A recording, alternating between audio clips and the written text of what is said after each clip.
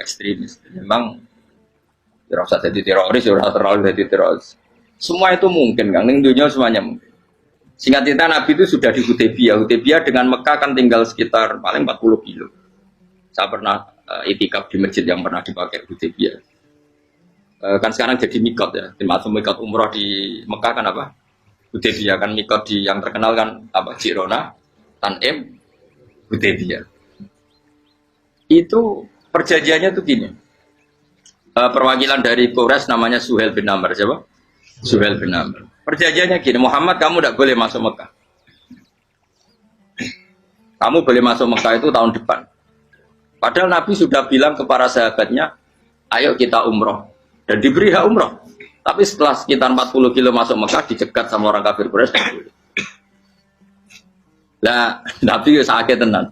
Nabi kadung mentafsir, memberi berita gembira, saya mimpi, kalian masuk tanah haram, amini namu khalikin, aman semua. Semuanya bercukur gundul atau mencetak rambut. Pokoknya, kata sahabat senang sekali, karena mimpi Rasulullah tidak pernah apa? Tidak pernah salah. Bareng di situ, di antara perjanjiannya, hadza ma kataba ali Muhammad Rasulullah. Ini perjanjian yang ditulis Muhammad Rasulullah. Kata Suhail, hapus kata Muhammad Rasulullah. Kalau saya tahu kamu Rasulullah, tidak saya perangi. Tulis Muhammad bin Abdullah. Kata Rasulullah, ya Ali, hapus tulisan Muhammad Rasulullah.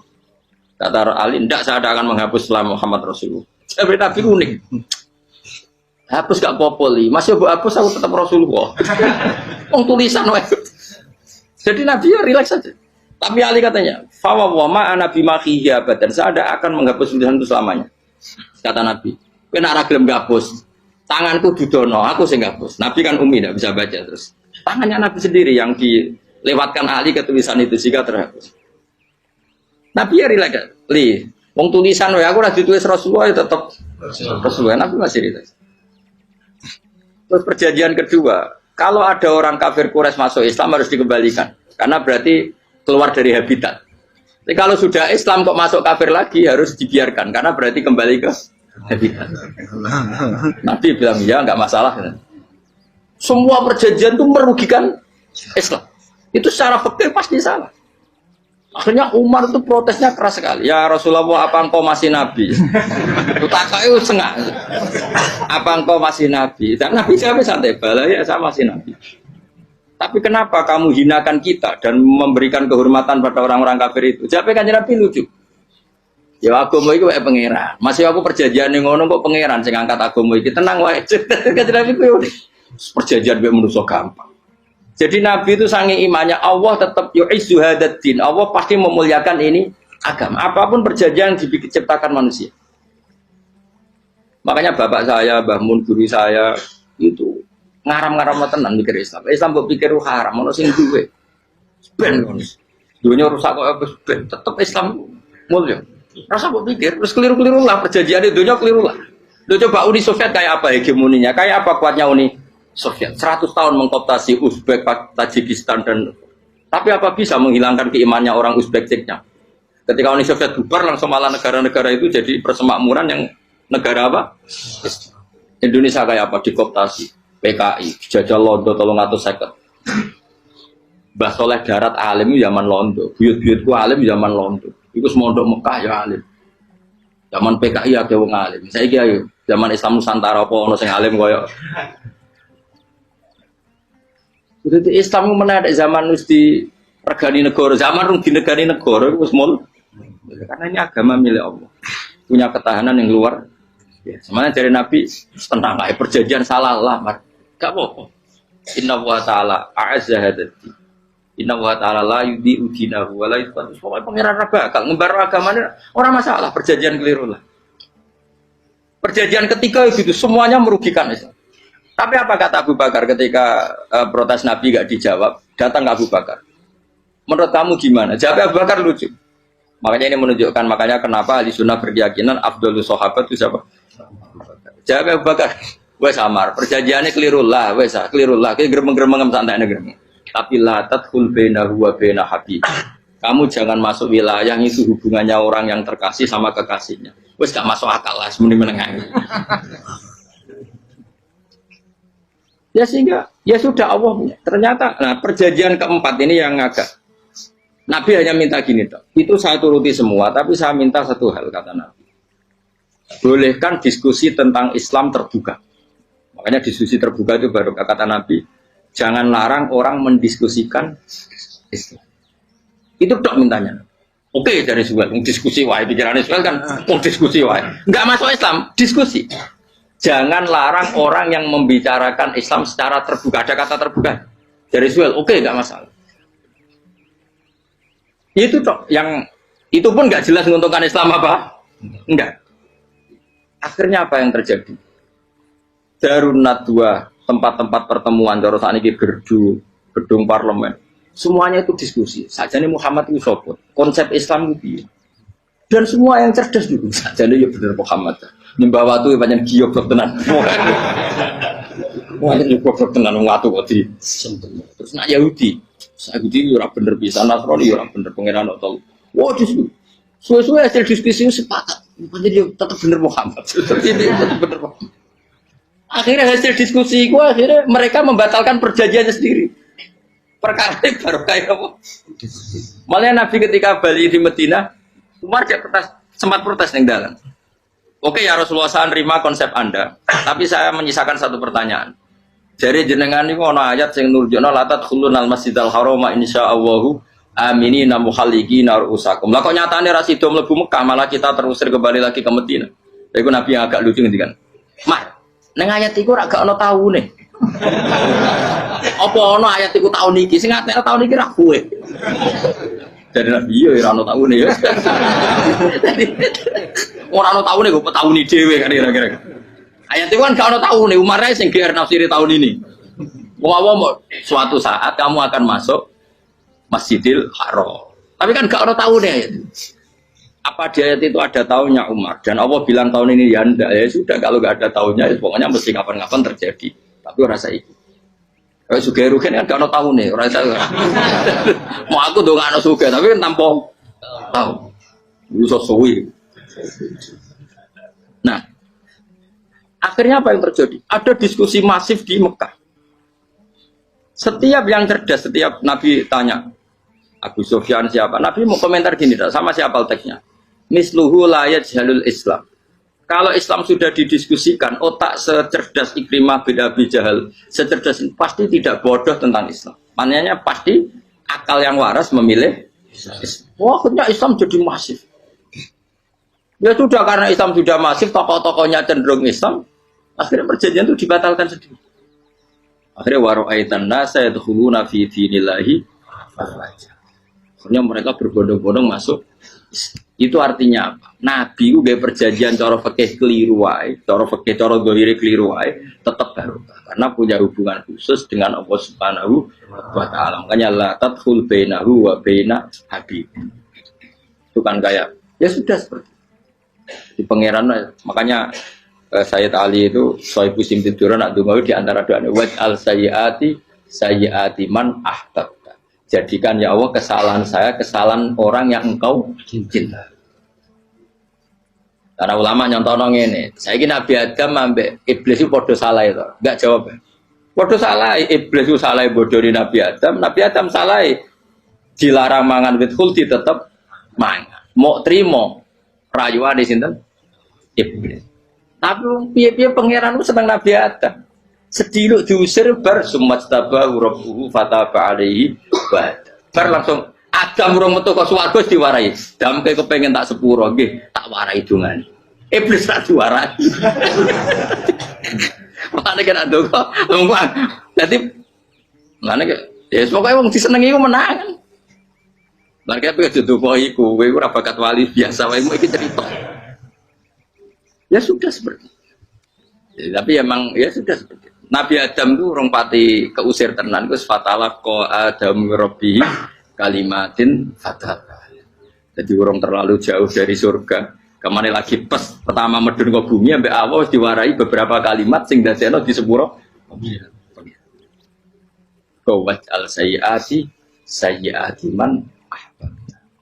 Ini penting kalau atur. Mulane wilayah-wilayah kenabian itu wilayah yang kita tidak pernah tahu detailnya, tapi kita yakin Nabi itu para kekasih Allah.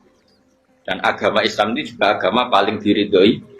Maka di zaman apapun, kecewa apapun dengan perjanjian dengan negara maupun dengan dunia, Islam tetap di rumah pengiran. Kita rasa kuat. Mikir Islam itu keliru. Nangit mayo oleh nak mikir keliru. Agama dia pengiran kok gitu.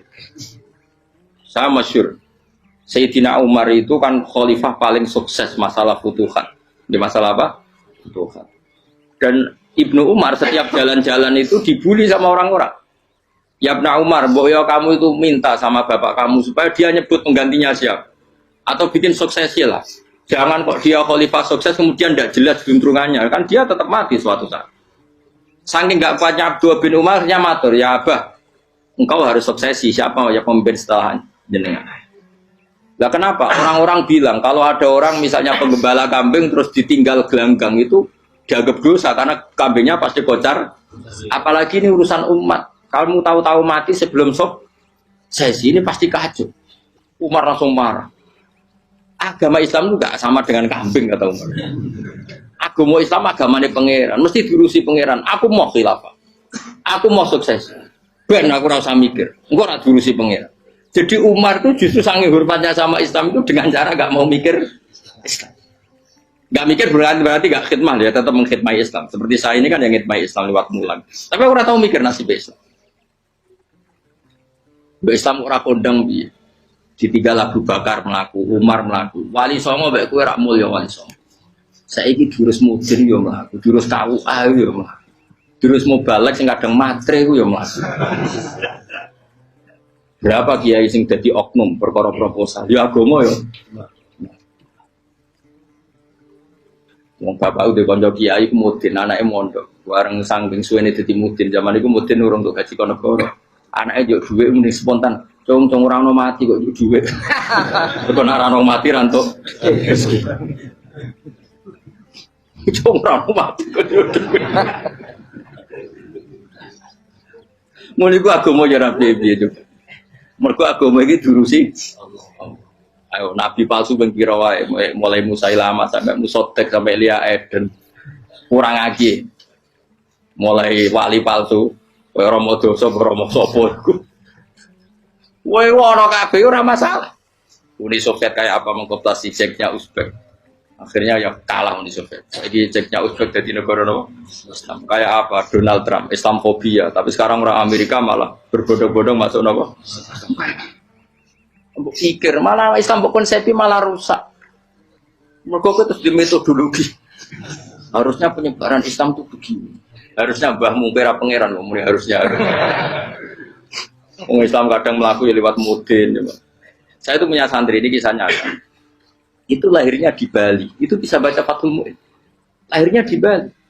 Bahkan dia ketika SD itu tukang mimpin lagu Hindu. Lagu Bali itu Hindu atau Buddha? Hindu. Karena dia ketua kelas. Tapi Islam. Semua coba. Jadi kayak gara-gara. Jadi Bapak itu bakal sate yang Bali. Ya bakal sate, berhubung sukses, ponakannya misalnya ini diajak orang Madura kan, artinya orang Madura. Setelah kampung itu menjadi kampung Muslim, lama-lama berkebutuhan punya masjid. Berhubung wis anake kiai ana masjid mosok ora diwong alim. Akhirnya anake dipondokno di Jawa. Pondokno di Jawa iso maca muin terus ngaji sama saya. Jadi saya ning Bali kok ana wong ora ya ana santri di Bali maca muin. Ning Jawa kadang wong ora iso maca muin.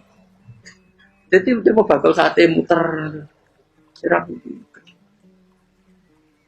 Kayak Islam di Indonesia gara-gara pedagang Gujarat, meskipun sejarah itu diperdebatkan ya gara-gara dagang karena mereka Muslim ya akhirnya menyebarkan apa? Jadi semudah itu Allah. Termasuk konflik Ali bin Muawiyah itu barokahnya sama susahnya konflik itu masih banyak barokah. Sayyidina Ali sama Sayyidina Muawiyah karena kita ahli sunnah ya tidak menyalahkan salah satu madzhab ahli sunnah. Itu barokahnya beliau konflik itu banyak sahabat yang migrasi. Ada yang ke Cina, ada yang kemana-mana. Termasuk yang diyakini para sejarawan, ada yang ke Selat Malaka. Termasuk akhirnya sampai ke Baros itu. Barokahnya orang nggak nyaman di Yaman itu di Syria sama di Irak. Akhirnya Islam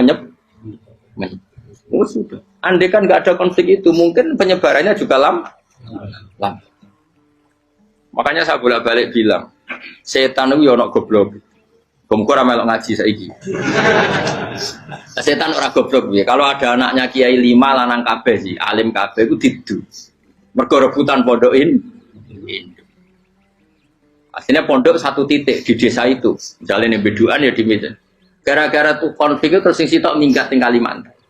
Gara-gara anak kiai yo gawe pondok ning Kalimantan. Sitok minggat ning Sumatera, anak kiai yo gawe pondok ning Sumatera. Cara setane gak ngedu, malah pondok tetap satu titik. Tapi setan itu goblok, ora roh. Akibat ngono iku ora roh. Akhirnya dulur ditsu menyebar. Lah wong saleh menyebar ning ndi menyebarkan sujud, menyebarkan Jadi setan yo ono goblok, muga ora ngaji, muga nak ngaji rene roh, ana ngono ora usah ngono. Andai kan tidak diutik kan satu titik. Nggih betul. Tapi setan niku nek ana wong saleh iku didu. Nak didu ana sing kecewa minggat. Lah migate wong saleh ndak ape gawe apa? Mosok ape gawe dugem.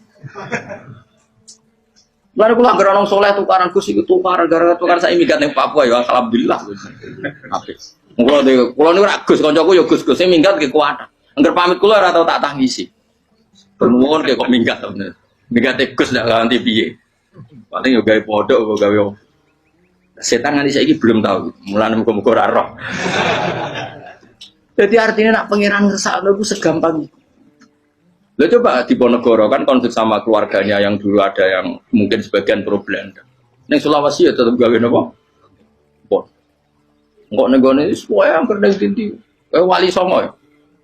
Sunan Kalijogo agak pati cocok buyut Sunan Kudus. Rapati cocok akhirnya dakwah ning kidul di daerah kene. So akhirnya ono ya tetep mono dakwah rong khatam terus dadi Islam macam-macam. Sati terus no. Tapi ya baru kayak gue no Islam dok Tingkir, dok Solo, dok Jog. Cara rapati tukaran Sunan Kalijogo menyewangi Sunan Kudus, Sunan Bonang dan gue berhubung baru kayak tukaran sidik-sidik.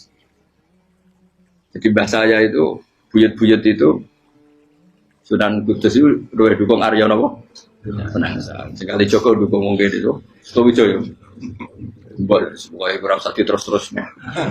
Pokoknya saya mau Jogja diulang putus. Biat-biat keluar itu dianggutus.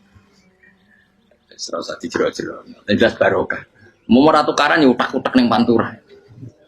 Barokah itu tukaran ya. Jadi tapi ora usah terus nak ngono tukaran barokah ora usah mending ngono. Pokoknya apa yang ngangeran sing ngersakno kabeh baru. Tapi ora usah diciptakan. Ono suami istri pegatan terus. Ya kadang ya baru kasing wedok untuk bojo luwih bener. Akhirnya alhamdulillah saiki bojo wapiah. Padahal sing lanang tau GR, mak pegat iso apa ya piye malah ape. Iku pangeran. Makanya mikir Islam yo mikir. Sekarang kan ndak orang terlalu semangat Islam terus dia konsep Islam harus menguasai negara. Akhirnya memaksakan jadi pemimpin. Jadi Islam harus kultural. Akhirnya kejauhan Islam. Muat Islam kudu kaya, jebule kedunyan deknane. Islam kudu fikih, bebas hisab, kefikiran akhirnya buruh Cina. Justru kakean konsep bisa mari kuat. Lah ya ana sing wah Islam kudu sugih, nek sugih ben kuat. Jebule bareng sugih kedu. Ana sing milih fikir ae ben tambah hisab, kefikiran Islam buruh Cina. Islam harus merebut negara supaya ada konsep khilafah. Pas ngrebute wis ngafir-ngafir wong akeh. Pas prosesnya wis dadekno perkara. Islam harus kultural, juga main-main gong wae malah sindinan terus. Rasido dakwah, mergo kakean apa? Kultural. Ora usah dikonsep, wis ben mlaku. Pangeran dhewe sing ngatur Islam. Kayak apa agama ini pernah ditinggal orang-orang terbaik? Mulai para sahabat tabiin sampai wali songo, nyatanya tetap Iku nunjukno agama ini diurusi Allah Subhanahu wa taala. Kenapa khidmah wae? Kayak saya yang mengkhidmah Islam. Khidmah itu berbakti memberi pelayanan pada Islam. Tapi ra usah ngrasa mimpin apa Islam, apalagi membuat konsep untuk Islam. Justru konsep kita ini nanti yang merusak. Karena tadi ngendikan ulama-ulama wa inna minal ilmi ila jahlan. Kadang ilmu itu tetap melahirkan kebodohan. Kenapa? Ketika ulama ditanya innal ilmi tuhyanan katuhyanil mal, karena ilmu itu punya keangkuhan, kelajutan kayak lacutnya harta. Misalnya gini, saya seorang faqih. Ditanya sesuatu yang tidak mendesak pun saya jawab hanya karena mempertahankan kredibilitas saya sebagai seorang faqih. Padahal jawaban saya itu malah bahaya bagi Is. Misalnya gini contoh gampang. Ada orang misalnya Ruhin baru tobat, dia sholatnya salah, rukuknya salah. Terus saya ditanya sama Fauzi, ke sholatnya Ruhin sah apa enggak? Wong dia enggak memenuhi syarat dan rukun. Tentu saya sesuai disiplin fikih saya bilang enggak sah. Karena sujudnya ngongkrong atau dia sholatnya fatihahnya ada. Padahal andaikan saya ada jawab lebih baik. Karena apa? Bisa saja menurut Allah sholatnya dia enggak sah secara fikih tapi diterima Allah. Karena dari tidak sholat menjadi sholat. Itu kan ibarat begini. Orang makan tela yang agak-agak beracun, tapi tidak racun yang mematikan. Itu baik apa enggak? Ya tidak baik jawabannya. Tapi kalau bandingannya daripada tidak makan sama sekali, tentu baik makan. Nah, kesalahan itu yang makanya kata Imam Ghazali, kesalahan itu yang dialami para fuqaha mu'asirun sekarang. Setiap pertanyaan itu dijawab. Dan ironisnya karena sesuai disiplin. Ya tidak bisa. Makanya saya pernah punya teman divonis dokter 2 bulan lagi mati. Terus teman itu gak doyan mangan. Tapi sarannya dia hidup kalau ada obat dari Jerman itu. Kalau ada obat dari Jerman dia hidup. Kalau enggak ya mati ya. Tak tili mati kapan? Kan ini udah. Kabarnya orang mulai mana? Sesuk sopan orang bulan. Lho kus rong bulan cepet kok Mas. Kowe iku iman mulai cilik, memangnya mati ku gak rong bulan tas iso wae iso wae engko. Wong pangeran sing di otoritasnya wae ra jajeni rong bulan 3 bulan kok dokter jajeni ke percaya, men aneh-aneh wae. Saya tak takoni Israel lah meni ora. Iya, ora mesti bener kok tak imani. Lah iya kok. Kowe cek goblok kowe iku mondok rong bulan iku ora mesti sesuk ya mungkin. Nah padha-padha mungkin sesuk ya mungkin kok ya. Oke. Podo-podo mungkin kok milih sing 2 wulan, milih sesuk ae. Milih sesuk saiki tak istighfar be aku, tak ngaji, dadi keren mati sesuk. Yo, bulit bodoh nele biasa. Terus saiki urip kok.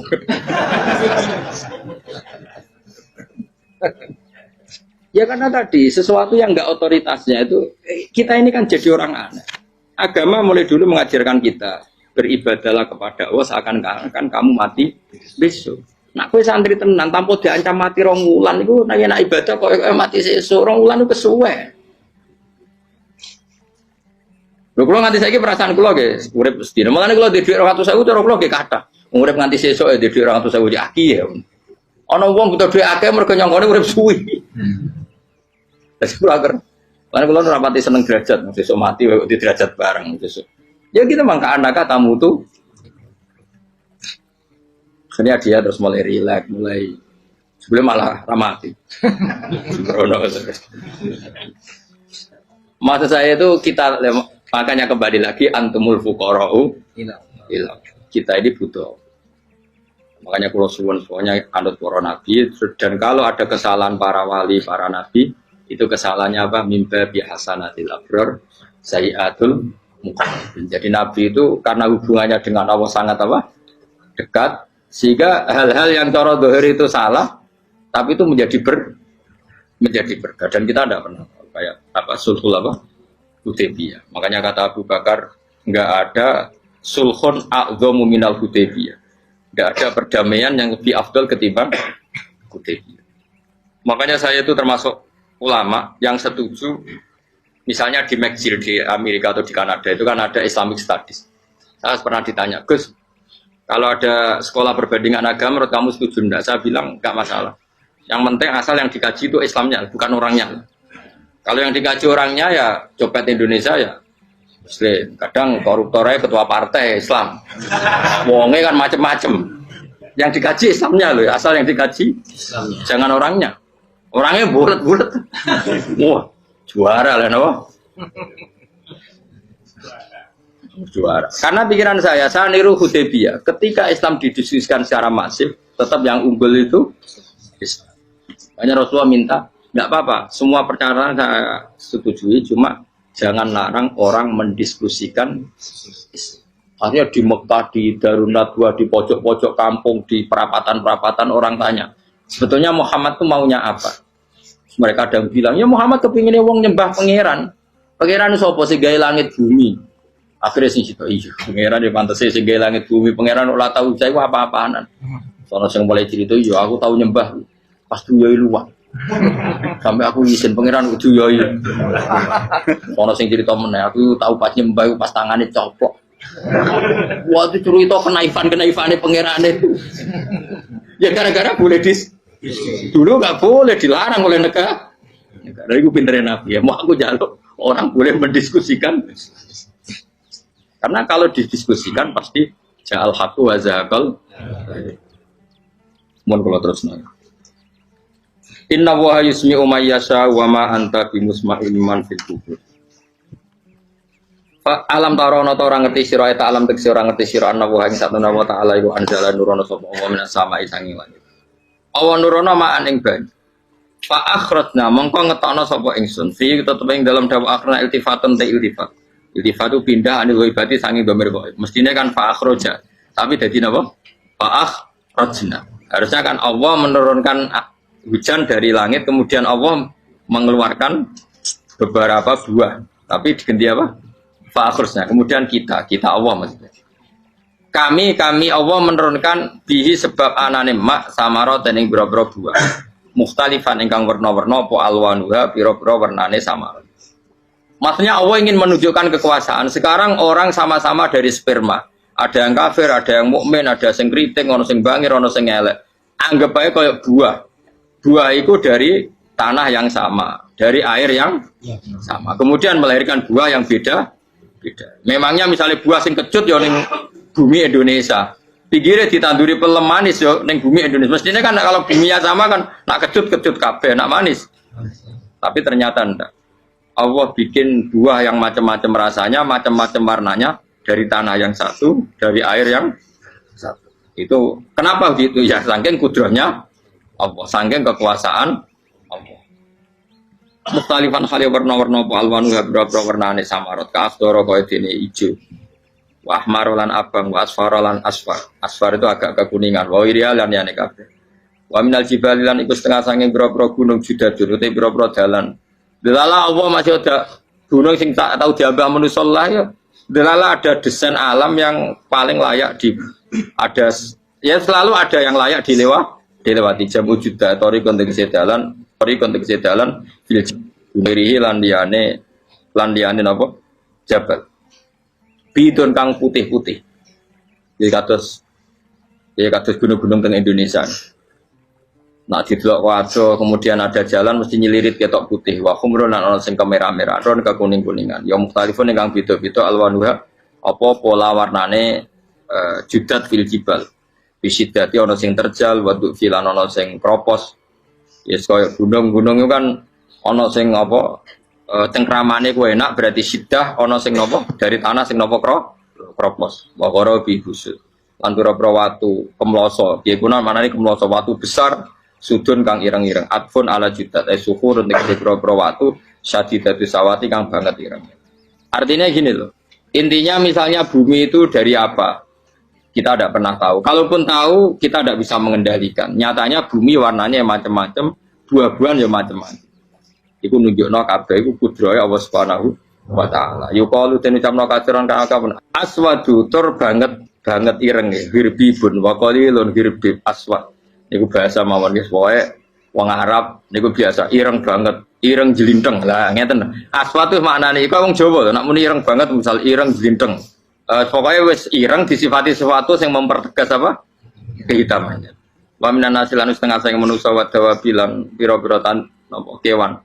Walanami lan pira-pira raja kaya. Jadi kalau dawab itu mulai melata ya dawab, mulai kodok ya dawab. Nanti mulai hewan apa saja itu dawab. Kalau an'am itu lebih yang agak terhormat kayak apa? Kambing, kayak unta, sapi itu masuknya apa? An'am mukhtalifun utai sing beda-beda apa alwan pira-pira warnane iki kabeh. Ya kadale kaya warnane pira-pira kewan. Pira-pira tanduran. Jadi maksudnya ngeten nih. Kalau sampai nangan-nangan misalnya sapi putih.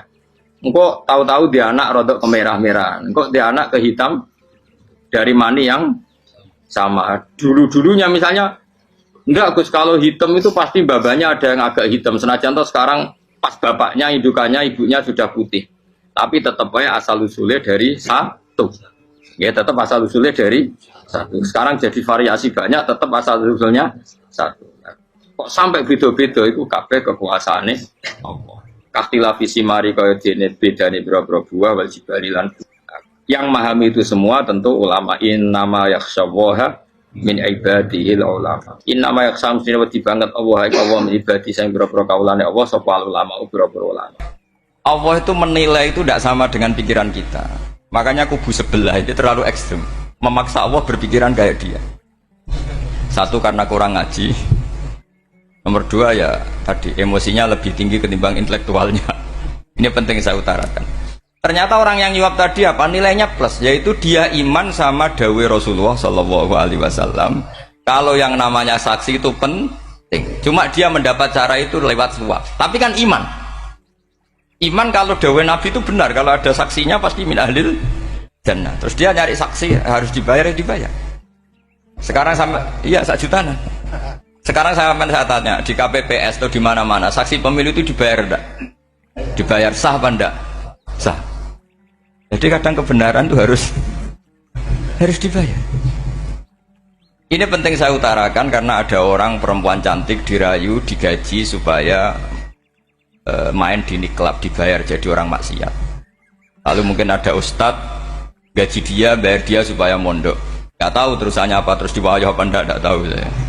Pertanyaannya ketika kamu bayar kemudian jadi santri, itu kamu dosa nyuap apa dosa sodako membiayai proses kebenaran? Sodako. Tapi kalau yang bayar untuk jadi pegawai niklab maka membiayai kemaksiatan. Maka pembiayaan ini penting secara fikih. Arahnya kemana? Ke hak apa ke batil? Jika di Fathul Mu'in diterangkan misalnya ada orang layak jadi pemimpin dan kemudian rivalnya itu orang yang menyesatkan atau calon perusak bangsa, ya maka calon pemimpin yang soleh itu wajib berkompetisi meskipun bibadlil mal. Karena kalau yang mimpin orang fasik, kampung ini rusak. Kalau yang mimpin orang soleh, kalau nggak bayar juga nggak jadi. Maka wajib bayar. Lah yang soleh bayar ini berstatus sodakoh, tapi yang batil ini berstatus suap.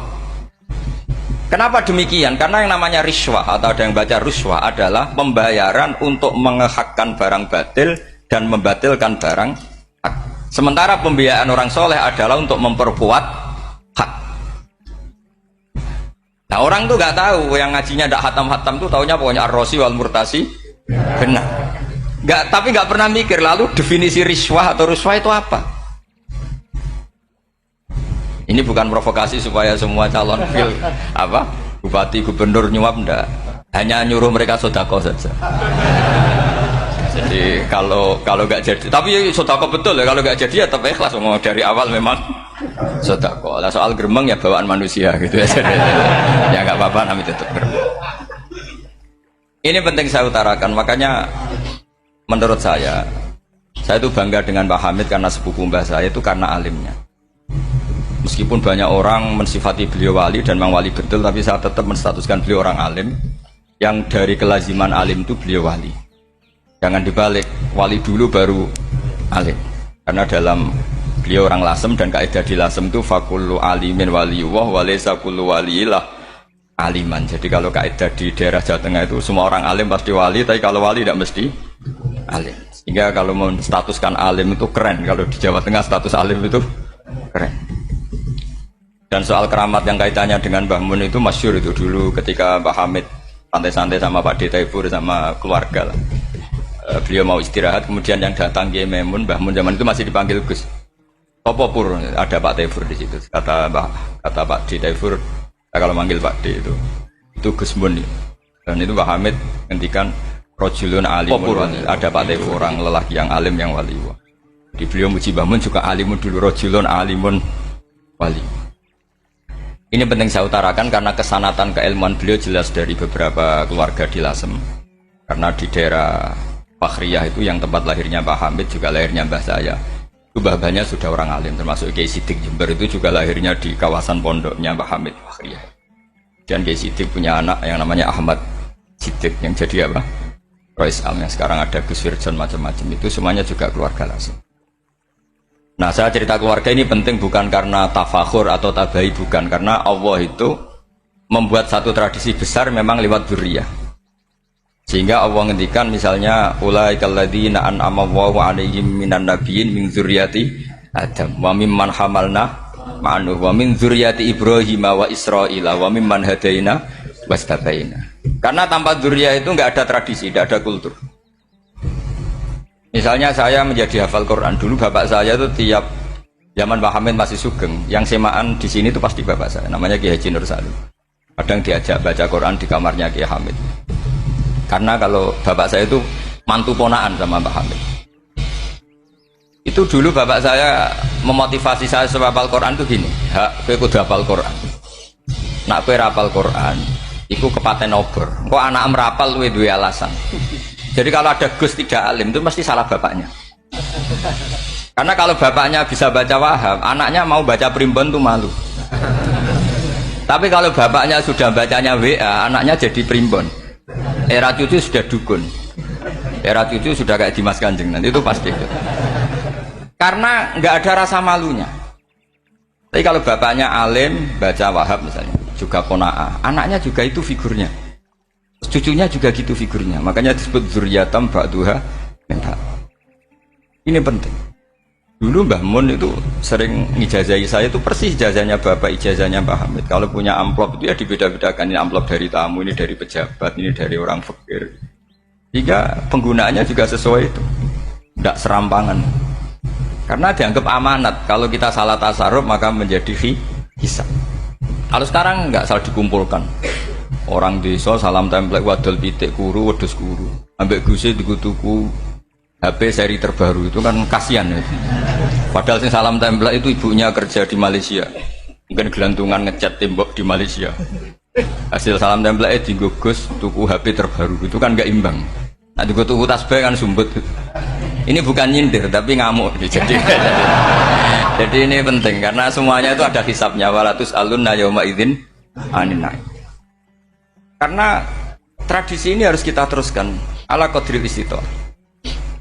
Karena itu nanti yang mengawal ilmu. Kemudian termasuk tradisi mengakui santri goblok, ini penting. Itu enggak ada santri sebarokah santri goblok. Makanya dulu Mbah Mun, Mbah Hamid, Kiai alim itu kalau sama santri goblok ya tidak benci. Enggak kayak sekarang semua orang bikin sekolah unggulan. Sekolah unggulan itu kritik saya hanya memproduksi orang-orang yang nantinya mendapat. Kalau kamu punya santri hafal Quran, nanti hadiahnya umroh, tanglanya umroh, santri pinter hadiahnya beasiswa. Tapi hubungannya sama negara itu mendapat. Sementara santri yang goblok hidup di pedalaman Kalimantan, karena di sana belum ada masjid, bikin masjid. Sebagian hartanya dipakai masjid, sebagian hartanya dipakai bangun masjid. Ini yang goblok pendiri masjid, yang pinter pengajian di masjid dibisarohi uang kas masjid. Artinya gini, ya kalau halalnya halal, tapi kita mbok yo roh hikmahnya orang-orang goblok itu. Supaya kita tetap ngaji Rabbana ma khalaqta hadza batila. Semua ini ada gunanya. Subhanaka ma khalaqta. Jadi semuanya ada gunanya. Maka bagi santri-santri yang goblok, tolong nanti saya di-Fatihai karena saya ini pembela Anda. Loh yang ngomong biar saya karena saya terkenal santri pinter. Kalau yang ngomong sampean goblok kan nggak ada yang percaya. Oh, padune padha gobloke kan gitu. Yang ngomong harus saya. Saya itu niru Rasulullah Shallallahu Alaihi Wasallam. Nabi itu kalau ada santri serabakat pinter itu diwaris sak surat usung nang mulai pinter. Banyak itu. Balighu anni walau ayah, ada sahabat ngaji hanya diajari idza zulzilatil ardu, sudah kamu pulang, sudah pinter. Karena betul. Sekarang coba diangen-angen, ada santri alim alamah, mungkin bakasnya furu'iyah, gimana hukumnya Jumatan jumlahnya itu 40 kurang atau 40 pas imam. Kemudian ada yang batal satu, hukumnya gimana? Dia mikir furu'iyah. Sementara yang goblok, dia di desa tertinggal gak ada masjid. Piye caranya dia masjid? Ini bikin aslul ibadah, yang sini sudah khilaf tentang yang gak penting. Jadi orang goblok kadang lebih keren. Akhirnya apa? Duriannya yang goblok nanti jadi orang alim alama ngekholi wong goblok karena pendirinya biasanya orang pati pinter. Itulah Allah Subhanahu wa taala. Ada bikin sesuatu itu sia-sia. Nah, saya ini korban ilmu itu.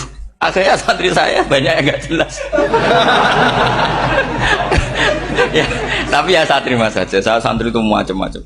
Ada yang profesor, ada yang doktor, ada yang goblok, ada yang baru tobat kemarin, ada yang Cina lagi seneng ahli sunnah wal jamaah, macam-macam. Semuanya ngaji sama saya. Karena saya tetap berkeyakinan Rabbana ma khalaqta hadza batil. Ini penting saya utarakan karena khazanah kita ini jangan digerus oleh orang yang tidak bertanggung jawab. Pernah ada di hadis Muslim, ini cerita di Sahih Muslim. Ada seseorang sedang sujud, kemudian diinjek oleh orang fasik. Saya ulang lagi, diinjek. Rokobanya, yang diinjek itu rokobanya. Lehernya itu diinjek sama orang fasik. Kemudian si yang sujud tadi bersumpah, wallahi la yaghfiru wallahu lak. Demi Allah, Allah tidak akan mengampuni kamu. Itu Allah kemudian mewahyukan sama Nabi di zamannya. Wahyunya adalah, mangdalladzi yata'alla alayya, alla aghfira li fulan. Laqad ghafartu dzunuba wa ahbattu amalak.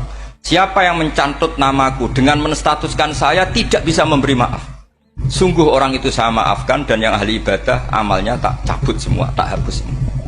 Karena Allah tuh nggak boleh distatuskan sesuai keinginan kita. Kita sedang soleh terus mengatakan orang lain tidak soleh, Allah tidak akan ngampuni. Ngampuni tidak, itu wilayahnya Allah, dan Allah yaf'alu ma yasha. Dan Allah berkali-kali memaklumatkan dirinya yaghfiru liman yasha wa yu'adzibu man yasha. Tapi ini kubu sebelah nyifati Allah hanya wa yu'adzibu, kubu sebelah kan gitu. Tidak pernah kalau Allah disifati yaghfir. Bagaimana Allah gak tersinggung? Allah selalu distatuskan yu'adzib. Kira-kira kalau Allah kan gini, saya ini bisa u'adzib, bisa aghfir, kenapa status saya tinggal yu'adzib? Ini ngaji di mana? Khatam enggak gitu kan gitu. Makanya resikonya ahli sunnah itu masyhur tuh Pak Hamid Pasuruan. Tamu macam-macam diterima. Ketika orang benci Golkar itu ada tamu dari Golkar juga diterima. Ketika orang nggak mau diberi hadiah oleh orang Golkar, Pak Hamid ya diterima. Bilang ke bapak, mengaku lo mau wainur, duit enggak ada gunanya deh. Sing marai rawan hisab itu kan kamu dapat uang nggak jelas, kemudian kamu pakai pribadi. Kalau orang-orang soleh kan nggak pernah dipakai, kan aman saja. Loh, dihisab apanya? Wong hanya peralon. Kalau istilahnya Pak Hamid itu peralon. Datang diberikan orang lagi, datang diberikan. Kalau kena kamu kan hisab. Terus kamu nyate makan wareg glegeken, nah itu uangnya nggak jelas dipakai nyate glegeken, ya mesti hisab. Kalau nggak jelas ya disedekahkan. Kalau ingin bebas apa? Hisab. Tapi kalau sering sedekah biasanya nggak bebas dari miskin. Tapi kalau kamu wali kan tetap ya Pak Hamid itu masyhur bisa kok. Tapi kan nggak jadi miskin. Kamu nggak terkenal sakok tapi miskin. Ini nggak wali.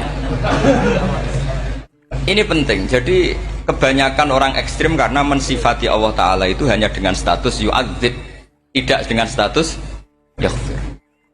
Dan itu mereka harus ngaji lagi. Kurang apanya Rasulullah SAW? Nabi sebagai manusia benci sekali sama pembunuh Hamzah karena qatilu ahabbin nasi ila Rasulillah.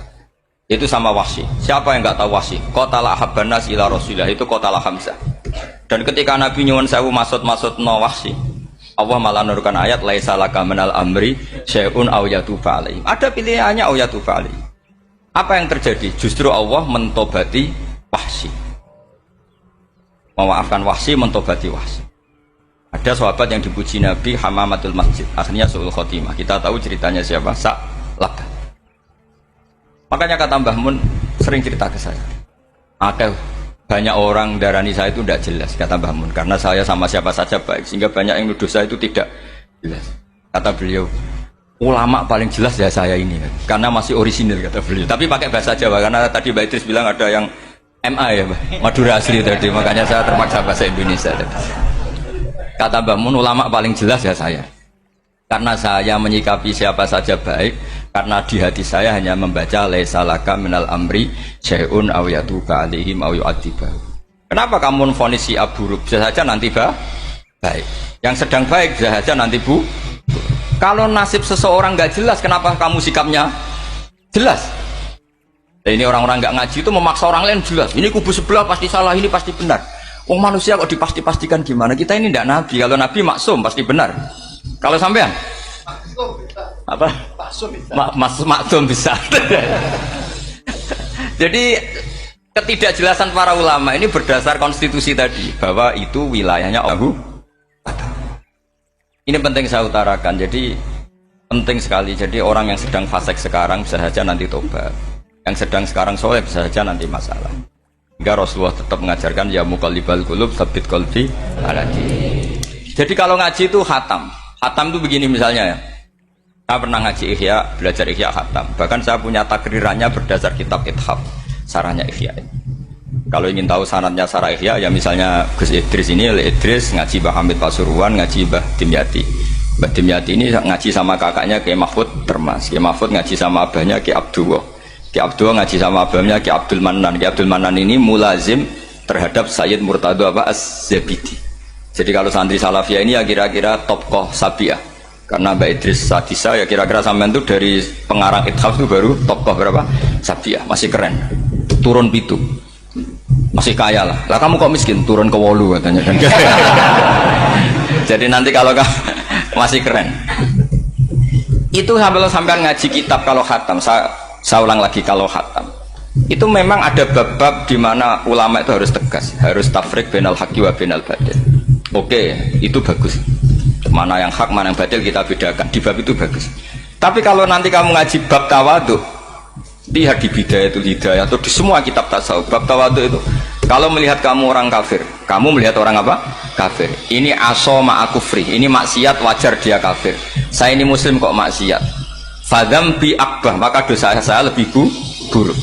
Melihat orang tua, mesti ada aksaru ibadatan. Ini lebih tua, mesti ibadahnya lebih banyak. Nanti kalau melihat anak kecil, ada azharu minni sinnan, pasti maksiatnya banyak saya. Jika terus evaluasi gitu, sehingga nggak pernah takabur. Misalnya di sini, saya ini kan gayanya keren, duduk di atas sampai di bawah. Gayanya tok, hakikatnya sampai lebih sombong karena memerintahkan saya. Jadi panitianya itu, makanya saya merasa tawadhu saja meskipun berdiri. Karena hakikat saya ini makmur, diperintah. Panitia ini, penyelenggara ini amir, pemerintah. Kira-kira sombong mana? Itu sekali saya tidak memaafkan, finnar itu.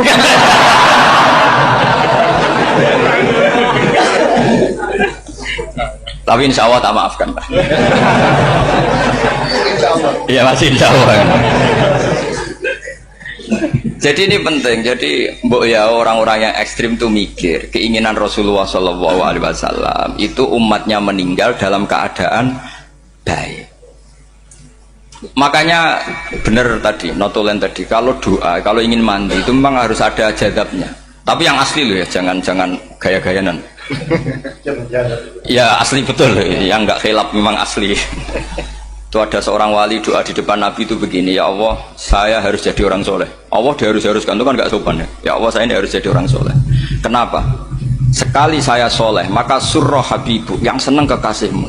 Sekali saya fasik maka yang senang musuhmu, yaitu iblis. Tinggal jenengan milih mana, nyenangkan kekasihmu apa nyenangkan musuhmu. Akhirnya dapat aku ya sudah soleh aja, soleh ini kok doa kok neror orang ini. Kira-kira gitu.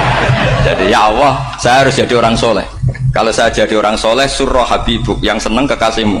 Kalau saya jadi orang fasik yang senang musuhmu. Sedangkan tinggal milih saja, menyenangkan kekasihmu apa menyenangkan musuhmu. Kira-kira Allah senang mana? Senang menyenangkan. Wah itu doa paling mustajab. Tapi syaratnya harus anti bikolbin dan dari ijazah nggak mandi, itu ijazah nggak mandi. Maka ini tidak saya ijazahkan. Nanti kalau kamu ngalami isak sendiri, ngalami wujdi sendiri, terus ngalami itu, insya Allah makbul. Ini mau gaya-gayanan copy paste nggak diterima itu. Jadi wali-wali dulu itu kalau berdoa itu sederhana, tapi dari hati yang paling dalam. Makanya Nabi Musa itu terkenal, orang paling seenaknya sendiri dan Nabi Musa hubungannya dengan Allah. Tapi sama Allah dimaafkan karena orisinil, tidak bikin-bikin. Rasulullah juga itu, kalau sudah marah itu doanya gitu. Cuma celakanya ditiru Nirawarisman dulu itu. Nabi itu ketika perang Badar itu jelas kalah, nggak mungkin menang, sudah jelas kalah. Nabi hanya 313, orang kafir 1000 dengan perlengkapan apa? Sudah lengkap semua. Setelah perang dilihat itu jelas kalah. Seri awal yang memang kalah betul. Doanya Nabi apa? Allahumma intuhlik hadil isobah lam tu'bad badal ya. Ampun Gusti, silahkan bikin kalah, tapi ra ono sing roh najenan pangeran. Mohon lahiran jenengan dadi pangeran, serana sing roh. Enggak ada ibadah. Intuhlik hadil isobah lam tu'bad badal ya. Kalau engkau menghancurkan kelompok saya ini, jenengan sebagai Tuhan tidak ada yang nyembah lagi. Karena yang nyembah tinggal kelompok kita. Tapi yang ngendikan Nabi, kalau kamu niru tidak bisa. bisa kamu doa, ya Allah saya ini santri salafiyah, kalau saya bodoh menjadi presiden buruk terhadap alumni salafiyah. Gak apa-apa sekali-kali doa gitu. Tapi kata Allah lainnya masih banyak.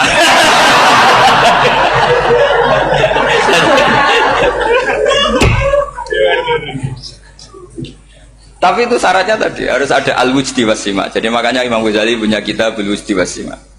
Karena ada masrob, ada syarab. Jadi wali mengikuti para nabi itu ada masrob, ada syarab. Sehingga perasaannya itu beda.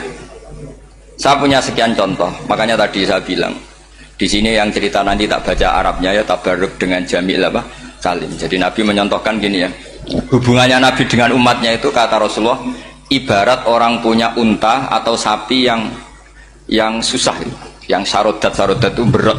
Kalau bahasa sini apa itu? Yang larat ya Pak? Melayu.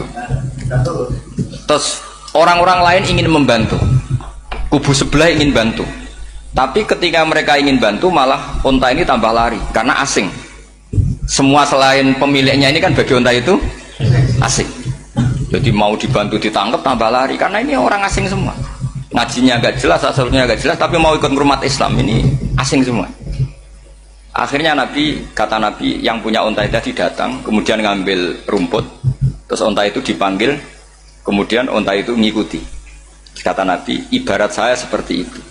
Kalau saya yang memimpin Islam, saya yang merawat umat saya, maka umat akan mudallalah, akan nurut. Tapi kalau yang rumat kalian, malah Islam menjadi kacau. Kenapa menjadi kacau? Karena tadi nyifati Allah saja salah. Orang Islam baik dihukumi kafir hanya karena tahlilan, hanya karena manakiban dihukumi kafir. Sekarang inginnya Nabi orang menjadi muslim apa kafir? Inginnya Nabi orang menjadi muslim apa kafir? Muslim. Lalu gara-gara melakukan perilaku tertentu dihukumi kafir. Iya, ziarah wali songo musyrik, nyekel patok musyrik. Katanya minta sama mayit. Padahal saya andekan jadi mayit itu diziarahi sampean nggak seneng. Nggak senengnya karena ya kadang murid itu jari gurunya ya kurang ajar. Masa gurunya dibilang gini, ya Allah, ingkana muhsinan fazid fi ihsani, wa ingkana musian fatajawas anhu. Kata gurunya, soleh tenan darani ingkana. Makanya saya tidak suka zaman ziarah ke saya. Kecuali doanya ditasyakan dulu ke saya. Makanya nggak boleh ziarah itu pada Nabi, bisa murtad kan? Coba itu baca di depan Nabi, murtad gak? Ya Allah kali ini baik maka gini, kalau buruk. Masa Nabi baiknya ingkana? Lah orang-orang yang menyerang kita kan, itu gak ada zaman sahabat doa seperti itu. Ya mesti gak ada, mana mungkin sahabat baca itu di depan Nabi. Masa Nabi didoain, ya Allah kalau dia baik maka fazid, maka kalau dia buruk, ya gak mungkin. Lah mereka nyerang kita itu gak ada dalam sejarah sahabat. Ya sahabat kok nahlili Nabi itu gak nabiyin, mau didoain maghfir lahu. Kan ngenyak kanjeng Nabi itu mau ighfir lahu. Ya mesti saja sahabat gak akan tahlilan. Yang kabudut itu Rasulullah, bahkan diistilahkan kabudut saja salah. Intaqala ila rafiqil ala. Nah kalau sampai harus ditahlili, kalau enggak yang rokok betul. Amalnya pas-pasan, dosanya berkelanjutan. Kondak di mana? Punya tanah warisan yang hasil ngerebut milik orang lain. Kamu sudah mati, dipakai anak cucumu. Ini berkelanjutan enggak dosanya? Berkelanjutan, berseri-seri. Mereka kalau nyerang kita kan sahabat tidak melakukan itu untuk Nabi, ya nggak mungkin lah sahabat mendoakan itu pada Nabi, kan nggak mungkin. Coba kalau kamu jadi mayit, terus kamu gurunya, terus ada murid kamu bilang Allahumma ingkana musinat fazid fi isani wa ingkana musian fatajawaz anhu. Mesti kalau kamu bisa bangun. Ya Allah cong meyakini saya soleh itu masih ingkana. Kalau guru saya soleh maka, kalau guru saya buruk maka. Itu kan taklek namanya Pak. Itu kan kurang ajar. Loh, saya tidak pernah doa gitu di depan Pak Hamid Pasuruan, tidak pernah. Saya kalau doakan bangun ya tidak pernah gitu. Allahumma ali darajati fil jannah gitu. Saya nggak pernah, ingkana nggak pernah. Karena andekan itu saya juga sama kok. Cuma kalau ada orang doa di bangun gitu ya karena orang lain ya tak biarin. Tapi saya tidak bilang amin, ya biarin aja sudah. Tapi kalau santri sarang nggak usah lah doa ya apa? Ingkana kok. Masa meyakini solehnya gurunya kok nunggu apa? Ingkana. Ini bukan ijazah, ini marah ini. Jadi pelurusan ini. Saya ulang lagi, ngaji itu harus khatam. Pentingnya khatam tadi, kalau di bab tafriq bainal haqqi wa bainal batin, seakan-akan kubu sebelah ini benar karena tegas. Tapi kitab itu tidak hanya bab itu, juga ada bab tawadhu. Di bab tawadhu itu, misalnya kita melihat orang kafir ini wajar maksiat, kan dia kafir. Masa saya mukmin maksiat? Dan ini kafir bisa saja nanti husnul khotimah, saya muslim bisa saja su'ul khotimah. Jika tetap tawadhu, melihat yang lebih sepuh ini aksaru ibadatan minni, melihat yang kecil asghar berarti aqallu maksiatan minni, sehingga melihatnya itu tawadhu. Jadi kalau di bab tawadhu semuanya orang itu mungkin. Nah di sini Rasulullah SAW mengajarkan, ketika malaikat Jabal bilang, Muhammad, orang yang mendustakan kamu saya tungkepi gunung biar mati semua. Kata Rasulullah, saya berharap keluar dari tubuh mereka min aslabihim, dari keturunan mereka orang-orang sing mukmin. Sudah karuan kafir saja Nabi tidak berhenti berharap, jangan-jangan nanti keturunannya mukmin. Dan itu betul. Kita tahu Abu Lahab punya anak Darroh, itu mukminah. Abu Jahal punya anak Ikrimah juga mukmin. Dulu Walid bin Mughirah musuh besarnya Rasulullah punya anak Khalid bin Walid. Sekarang orang-orang yang abangan gak hafal Quran, kadang anaknya hafal Quran lewat program PTPQ, kadang yang hafal Quran malah anaknya tidak hafal. Makanya kalau pas wisuda sampai bingung, gurunya itu sampai nangis. Kenapa nangis? Ini anaknya orang nggak hafal Quran tapi sudah hafal, saya gurunya tidak hafal kata.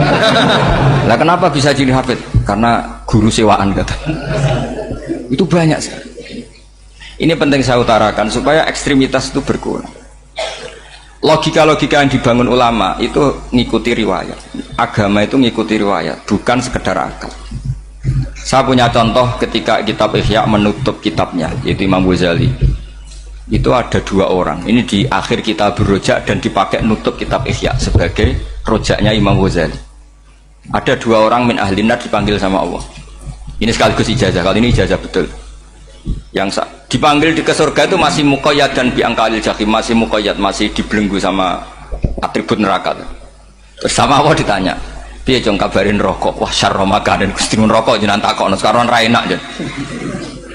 Terus kata Allah, ya sudah kamu kembali ke sana karena kamu memang orang fasik. Itu lari, semangat mau ke neraka. Ini ijazah. Semangat disuruh kembali ke neraka itu semangat lari. Allah tanya, loh Cung, kenapa kamu semangat? Ya Allah, saya ini sudah kapok. Dulu ketika di dunia kamu perintah, engkau perintah, saya tidak semangat. Maka kali ini jenengan perintah saya semangat. Karena saya sudah kapok. Setiap engkau perintah saya ada lari semangat ke neraka. Nah barokahnya semangat masuk neraka ini, kata Allah, ya sudah kamu di surga saja. Maka ijazah nanti kalau ada pengumuman silahkan masuk neraka, kamu harus lari sekencang-kencang. Karena itu perintah Allah apa? Yang ketika kita di dunia kalau diperintah males-malesan. Kalau kamu diperintah sholat subuh jamaah kan males-malesan. Dan itu menjadi kita masuk neraka. Sebagai kafarah itu ya Allah, karena ini perintah engkau, saya tidak males-malesan lagi. Wis ngebalikin rokok, lari semangat. Allah akhirnya haru, dimaafkan.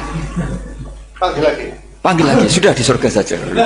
Barokahnya semangat masuk neraka. Nah, ini ijazah ini. Ya diterima ya. Kok enggak semangat terima ya. Yang kedua enggak. Sudah kamu kembali ke neraka, pelengahan gitu.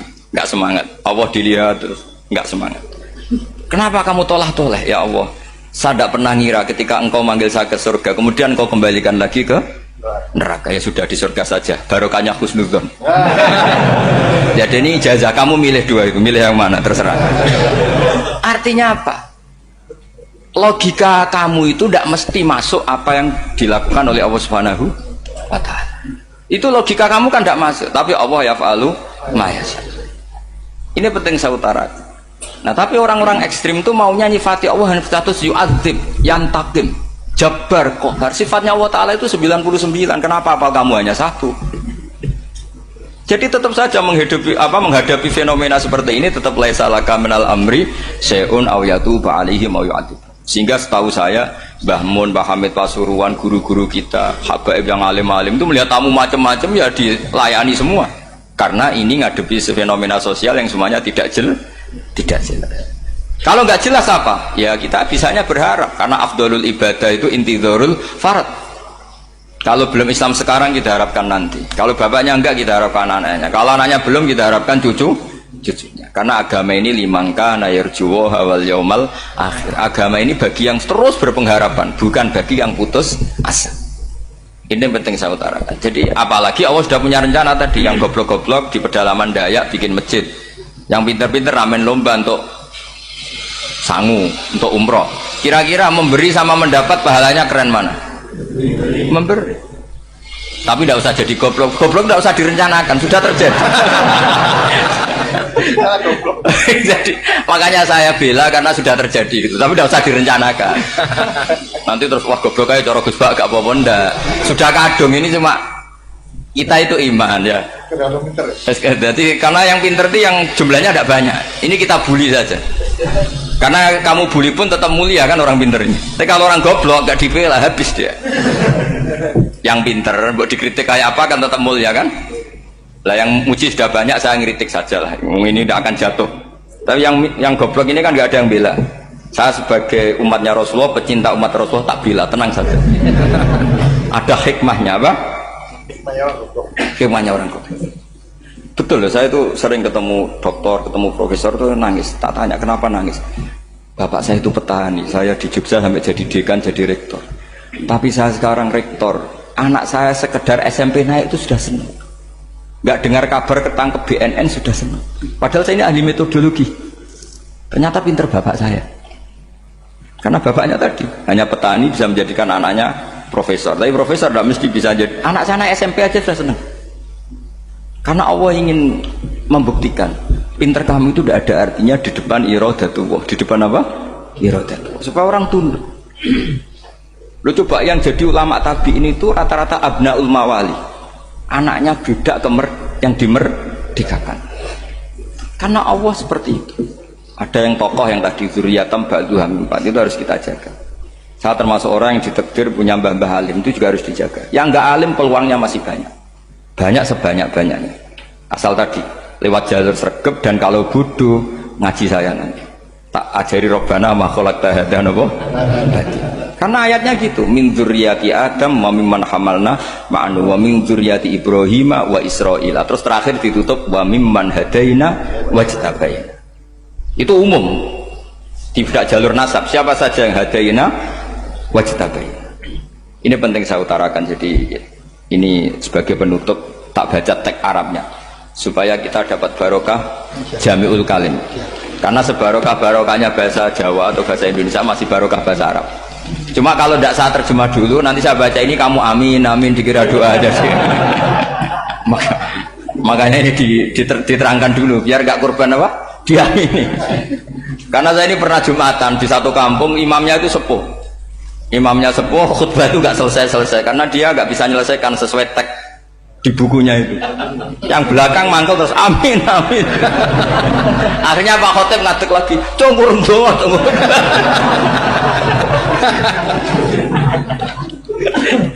Ya ini masih teks Arab, yang belakang sudah apa? Amin, amin. Ya saya baca. Yang disemak. Bismillahirrahmanirrahim. Waruya anak Arabian ja'ahu yatlubu min husay'an fa'atahu. Sumaqala ahsantu ilaika.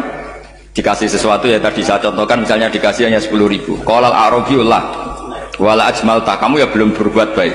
Faghadibal muslimun wa qamu ilaihi. Orang-orang Islam marah besar karena Nabi dikomentari la ajmalta, kamu tidak orang baik. Fa asyara ilaihim an kuffu, kata Nabi jangan kamu pukulin. Kalau di Madura sudah tuntas tuh kena celurit itu kalau. Sumakoma, kalau di MA ada dia di Madura asli tadi ya. Sudah tuntas. Sumakoma wa dakhala manzilahu. Setelah itu terus arsala ilahi sallallahu alaihi wasallam wa zadahu syai'an. Kemudian Nabi menyuruh dia, ayo masuk rumah terus ditambahi. Faqala ahsantu ilaika qala na'am fajazakallahu min ahlin wa asyiratin khairan. Setelah ditambah banyak sama Nabi, saya sudah baik sama kamu. Wah, baik kalau sekarang baik. Itu mengatakan baik karena ditambah uang loh. Bukan karena dari nuraninya, karena ditambah uang, ditambah duit. Amplopane ditambahin. Faqala lahu Nabi sallallahu alaihi wasallam, innaka qulta ma qulta wa fi nafsi ashabi min dzalika syai'un. Fa in ahbabta faqul baina aydihim ma qultu baik. Ma qulta baina yadayya hatta yadhaba ma fi sadrihim alaika. Kamu tadi ngomong dan menjadikan sahabat saya tersinggung. Coba sekarang klarifikasi supaya mereka clear apa?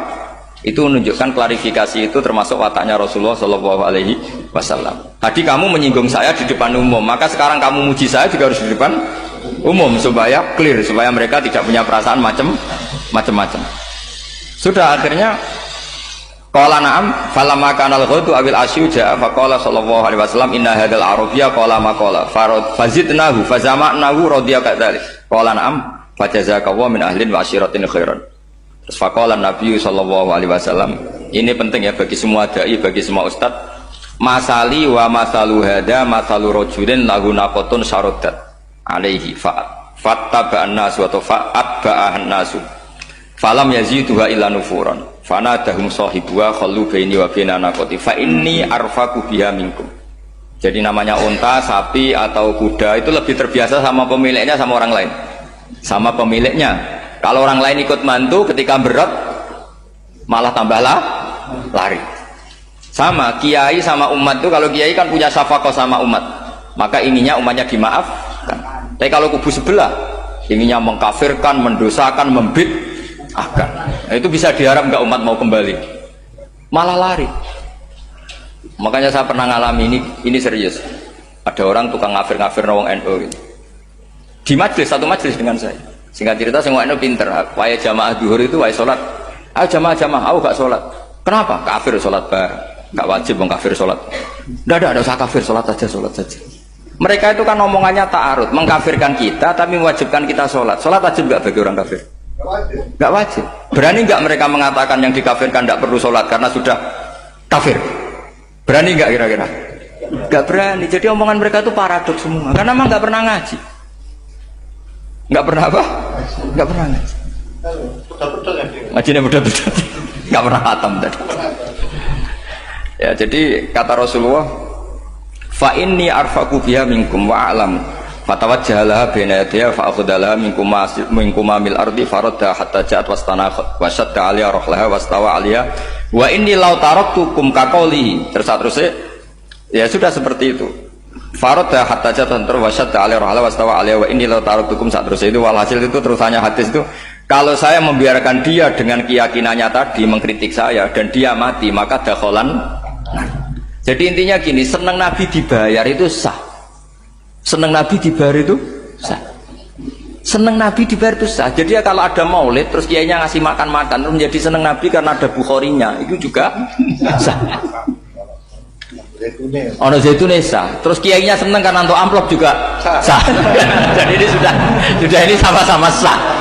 Karena untuk kebaikan selalu sah. Makanya mungkin di sini ya habis doang kajian di sini mesti ada sarapannya pertama. Iya. Kopi dan sarapan ngaji pagi. Iya. Jadi orang datang ingin sarapan enggak apa-apa. Enggak apa-apa, sah itu. Sah. Sayyid Muhammad juga gitu, kalau ada orang ngaji dikasih uang juga sah.